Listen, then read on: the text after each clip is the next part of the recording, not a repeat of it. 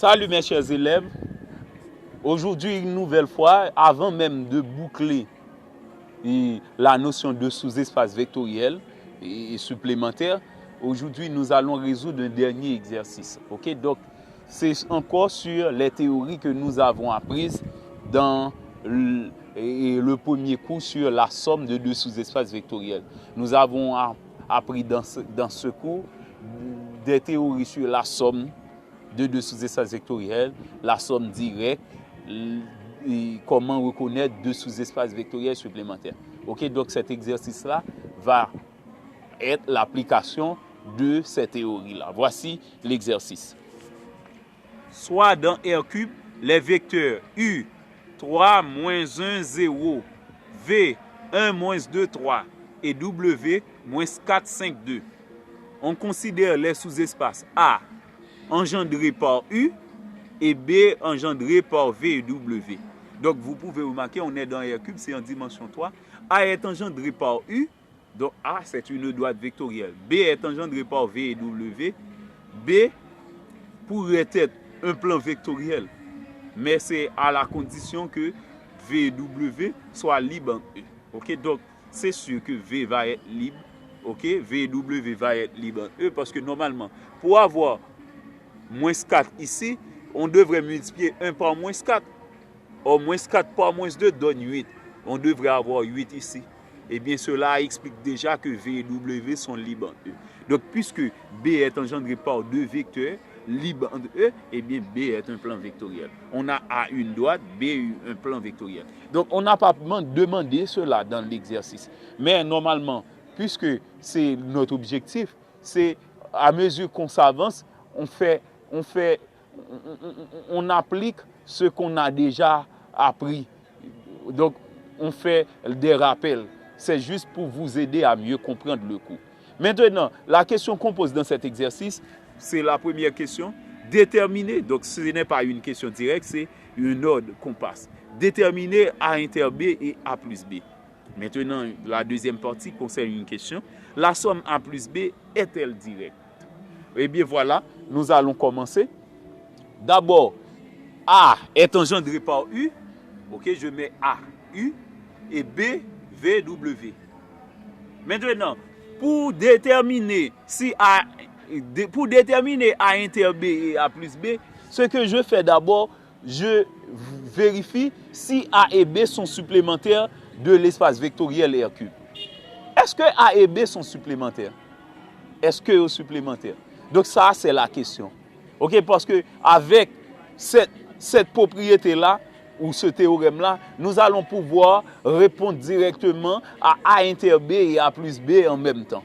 Eh bien voilà, nous avons appris, lorsqu'on a deux sous-espaces vectoriels qui est engendrés par des vecteurs, lorsqu'on a deux sous-espaces vectoriels qui sont engendrés par des vecteurs, eh bien, pour prouver que ces deux sous-espaces vectoriels sont supplémentaires de l'espace vectoriel en question, par exemple, ici, c'est 2R3.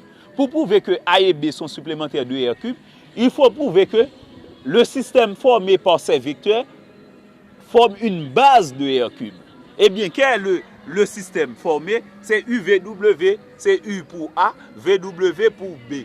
Eh bien, nous allons voir si le système formé par UVW forme une base. Certains auteurs ou professeurs considère uniquement le déterminant. On prouve que det UVW est différent de 0 et on conclut que A et B sont supplémentaires. Ce n'est pas du tout une méthode, ce n'est pas du tout une théorie, un théorème.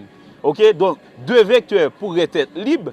Ok, donc si on pourrait avoir A qui est engendré par U, B engendré par V, alors que det UV est différent de 0, alors pourtant A et B ne sont pas supplémentaires.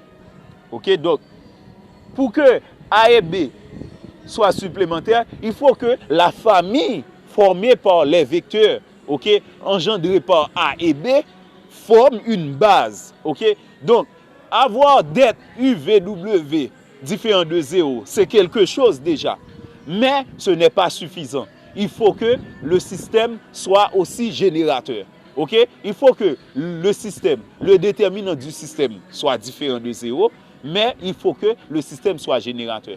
Donc on pourrait avoir deux. Par exemple, si je vous donnais, par exemple, tout à l'heure, je viens de vous prouver que V et W sont libres entre eux.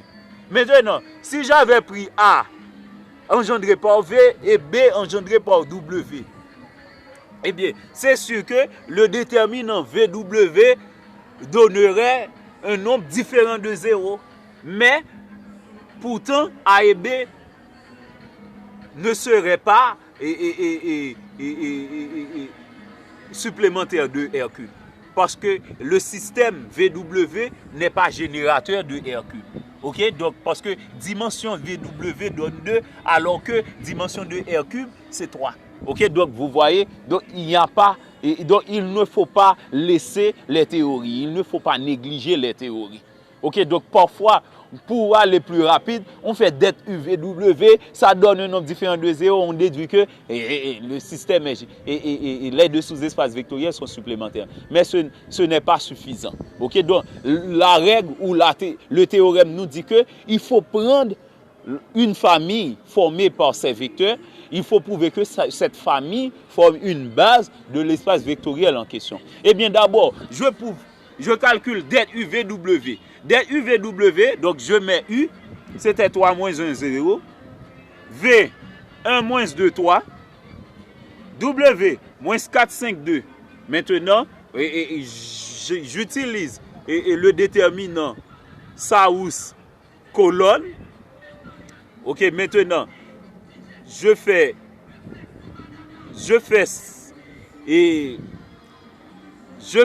prends les deux premières colonnes, je les remets à nouveau. Et bien maintenant, en faisant les trois produits descendants, et bien on trouve moins 12, 0, plus 12. Ok? Maintenant, moins les trois produits ascendants. Le premier produit ascendant donne 0, le second donne 45 et le troisième donne moins 2. Maintenant, on a 0 pour cette somme, moins 43 pour cette somme. Eh bien, on a 0 moins 43. 0 moins 43, c'est sûr que ça donne moins 43 qui donne un nombre différent de 0. Puisque det UVW est différent de 0, eh bien, on peut dire que la famille UVW ou encore le système UVW est libre de R3. Mais on ne peut pas dire que A et B sont supplémentaires pour cela. Donc, on a déjà une information, mais ce n'est pas suffisant. Eh bien, maintenant, il faut prouver que le système est générateur. Eh bien, on pourrait dire de plus, puisque le rang de la famille, puisque la famille de vecteurs possède 3 vecteurs libres, eh bien, son rang donne 3. Ou encore la dimension de la famille. Eh bien, son rang donne 3. Et la dimension de l'espace vectoriel, c'est 3. Parce que dans R3, on a des triplets. Ok? Les triplets, c'est 1, 2, 3 composantes. Eh bien, la dimension de R3, c'est 3. Dimension R3, c'est 3. Et le rang de la famille UVW qui contient 3 vecteurs libres de R3, eh bien, ça donne 3 également. Eh bien, la famille ou le système UVW est générateur. Ok? Eh bien, puisque la famille ou le système UVW est à la fois libre et générateur, eh bien, le système UVW forme une base de R3. Et par conséquent, on peut dire que A et B sont supplémentaires de R3. Ok, c'était l'objectif primaire, c'était vérifier si A et B sont supplémentaires. Puisque A et B sont supplémentaires de R3, eh bien, on peut dire alors que A plus B donne R3. Ok, ça c'est une règle. Puisque A et B sont supplémentaires, eh bien, la somme, donc, donne l'espace vectoriel en question, qui est R3, et l'intersection est réduite au vecteur nul. Ok, donc, donc, on pourrait dire d'ores et déjà que la somme est directe, mais ce n'est pas la peine. Ok, donc, on pourrait dire directement que A plus B donne R3, ou encore A inter B est égal à vecteur nul de R3. Ok, maintenant, on dit que, est-ce que la somme A plus B est directe? Ok, on dit oui. Suivant la théorie, lorsque l'intersection de deux sous-espaces vectoriels est réduite au vecteur nul de R3, eh bien, on dit que la somme est directe. C'est théoriquement. Mais puisque A inter B est réduit au vecteur nul de R3, eh bien, on peut écrire que A plus B est égal à R3. Donc, la somme est directe. Ok, donc, tout à l'heure, j'écris déjà A plus B égale à R3, mais Je n'avais pas précisé cette information parce que dans les données, dans cette partie, on n'avait pas mis A plus B. Sinon, la deuxième partie n'aurait aucun sens. OK? Ce ne serait pas nécessaire d'aller travailler dans la deuxième partie. Donc, un élève pourrait appliquer cette propriété dim de A plus dim de B moins dim de A inter B est égal à dim de R cube. OK? Donc, dim de A plus dim de B moins dim de A inter B est égal à dim de R cube. OK? Lorsque le système est générateur, eh bien, les deux sous-espaces vectoriels sont supplémentaires, eh bien, la dimension de l'intersection donne 0. Eh bien, directement, on dit que dim de A plus B donne dim R cube. OK? Puisque A et B sont supplémentaires, dim A plus B donne dim R cube. Donc, A plus B donne R cube. Eh bien, par conséquent, A inter. Donc, on pourrait expliquer ça d'une autre façon, sans utiliser la théorie.